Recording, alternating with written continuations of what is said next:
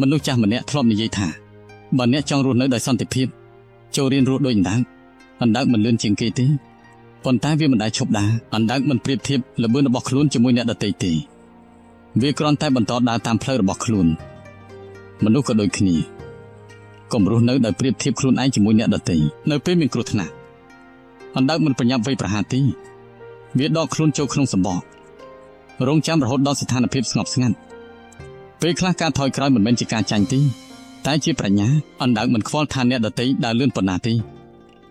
វាដឹងថាគោលដៅមិនសម្រេចដោយការប្រញាប់ទេប៉ុន្តែសម្រេចដោយភាពជាប់លាប់អណ្ដើកមានសម្បកការពារខ្លួនមនុស្សក៏គួរមានដែនកំណត់សម្រាប់ខ្លួនឯងដែរមិនមែនគ្រប់ពាក្យរិះគន់សុទ្ធតែត្រូវយកមកដាក់ក្នុងចិត្តទេរៀនការពារសន្តិភាពក្នុងចិត្តអ្នកអណ្ដើកមិនបោះបង់ដោយសារផ្លូវវែងឆ្ងាយទេវាគ្រាន់តែដើរមួយជំហានហើយមួយជំហានទៀតជោគជ័យក៏ដូចគ្នា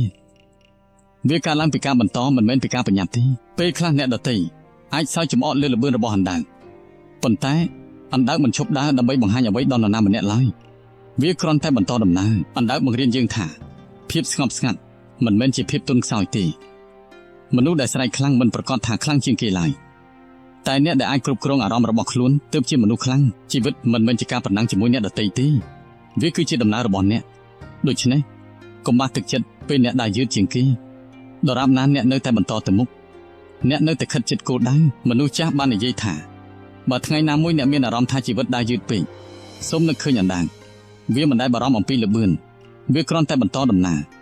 ដោយភាពអត់ធ្មត់ភាពជាប់លាប់និងភាពស្ងប់ស្ងាត់ព្រោះនៅទីបញ្ចប់អ្នកដែលមិនបោះបង់